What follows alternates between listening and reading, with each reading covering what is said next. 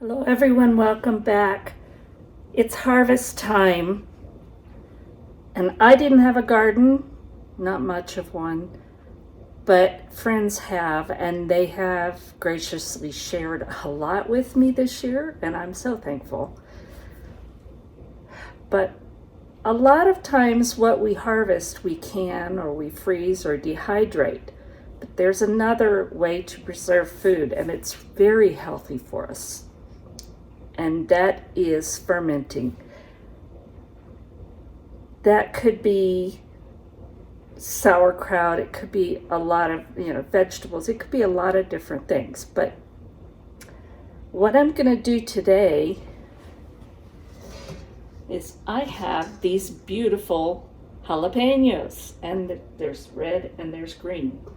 Brian absolutely loves hot peppers, hot sauce, hot whatever. So today I'm gonna ferment jalapeños, and it'll be like a relish, and he can use it wherever he wants to put the hot stuff. I don't usually do that. I like a little bit of heat, but not this much.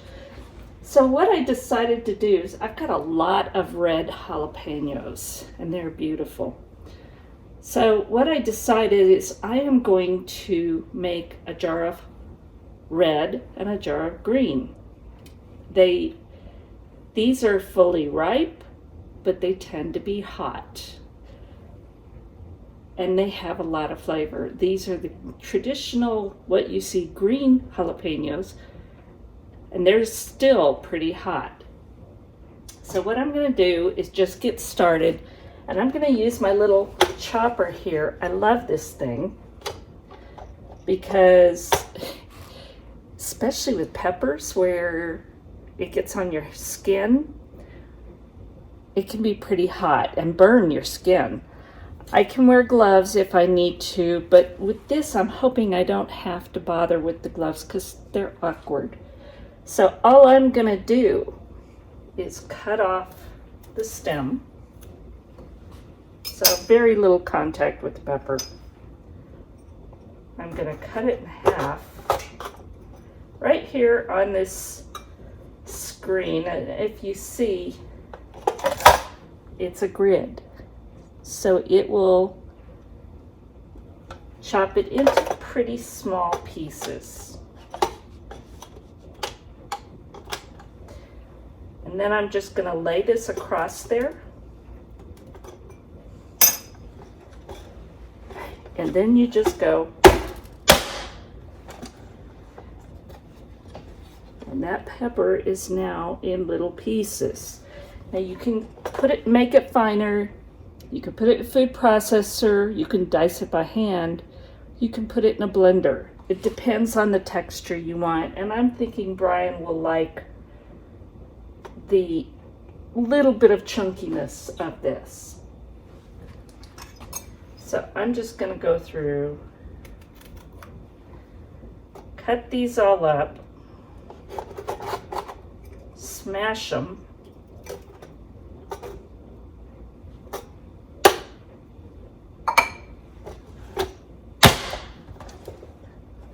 this is so much easier than dicing them. And there's all sizes. Look, that's a big one. And this process is really, really simple. You need to cut them up. You need to put them in a jar and add salt. That's it. And then your fermenting equipment to keep the gases from exploding.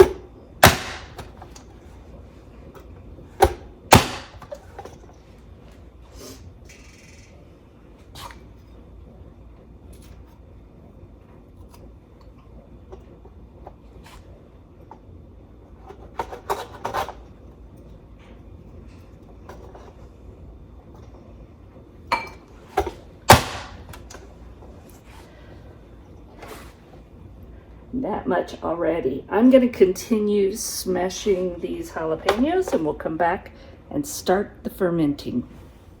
Now, after just a few minutes, I'm to the point I'm going to start filling the jar. And all we want to do is put about 1/2 inch into the jar. And then we're going to add a pinch of salt. Now, this is a muddler for making drinks, but I bought this because it's a good thing for small types of jobs like this. I have the big, like used for sauerkraut and other things. I have those, but they're pretty big to use on this little jar.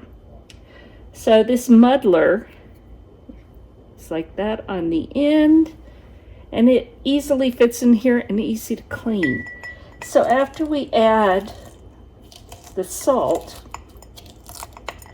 you're just gonna, and I'm gonna try and do this where you can see, you're just gonna take this or whatever tool you happen to have, and we're just gonna smash those together.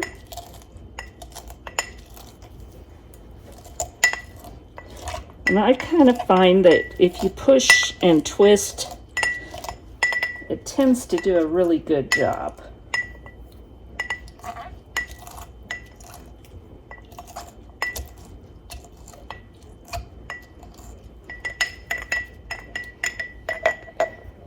That's what we're doing. And it took it down a little ways, but it helped the salt get incorporated with the peppers. And now we're just going to keep adding layers.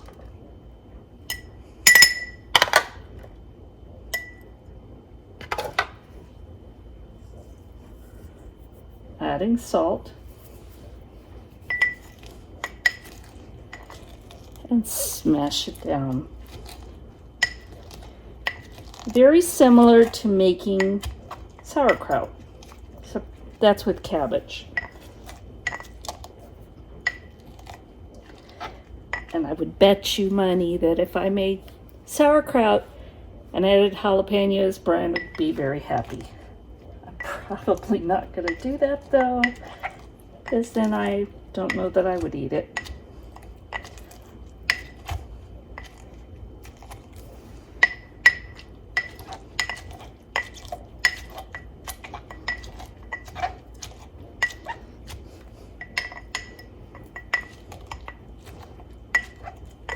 I'm going to tell you, these smell strong once you start smashing them. But as you can see, it's starting to break down. So I'm just going to continue adding to the jar the peppers and the salt, smashing it all together until I have 1 inch headspace. I've got it pretty close to 1 inch. I think that's where I'm going to stop.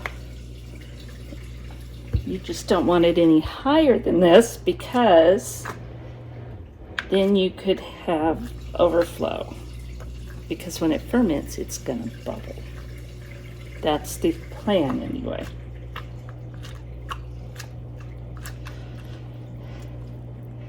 And I don't know if you can see, there's juice already coming out of these from smashing them and from the salt, because the salt is drawing the water, the moisture out of it.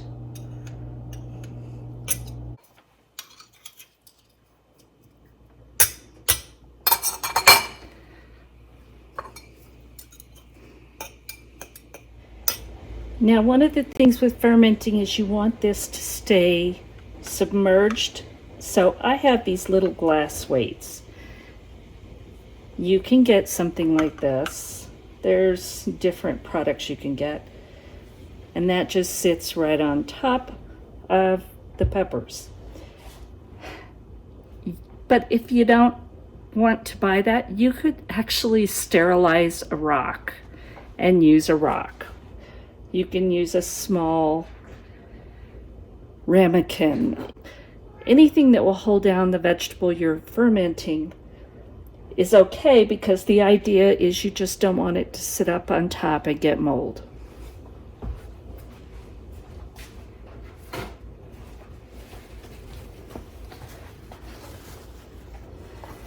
So I'm just going to clean the rim. I'm not using water or anything, I'm just wiping it down because smashing it's kind of messy. And then I have these fermenting lids. Now there's different kinds. There's the little silicone ones that have a small,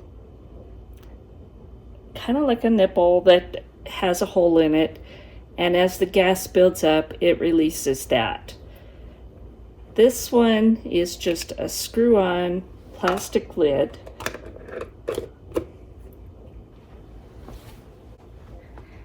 And then you have your fermenting bubbler, and this is plastic. It's got a little cap on it. You fill it about half full of water.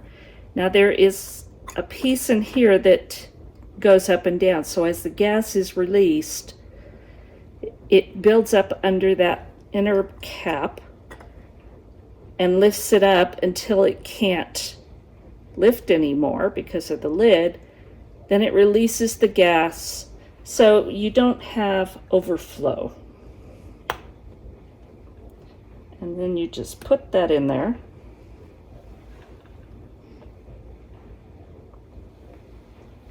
So now I'm going to put this probably kind of a cool spot and probably kind of dark. Now if it's really warm in your house, this could take a few days, but it'll probably take here about a week to completely ferment. Once it's done, take all this off and you will put a fresh lid on it and store it in the refrigerator to be used.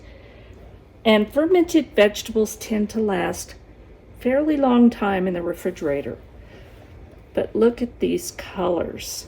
I know they're very pretty, but I know this is going to be very hot. Now I'm going to work on the green jalapeños. Same thing. I've just put in the last of the green jalapeños. Pinch of salt. Now, pepper fumes.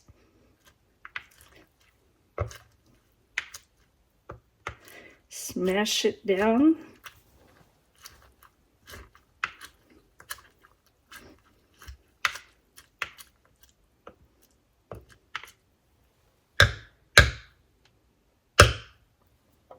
Again, just a little bit shy of an inch, but it's okay.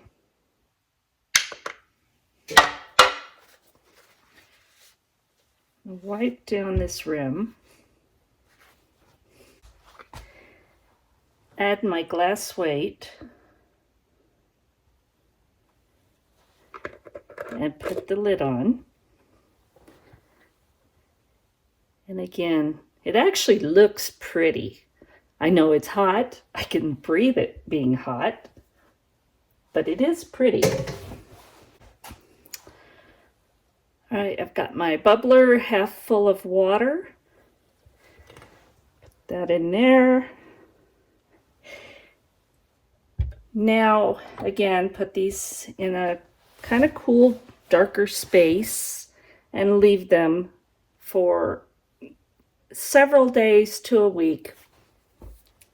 Depends on your temperature. And what you'll see is you'll see bubbles forming in here. And that's how you know it's active. When those bubbles slow down is when you know that it's just about completely fermented. Again, there's the weight inside there, but all around it is the liquid that's already formed from smashing those jalapeños. So I'm going to leave them alone for probably a week in my house.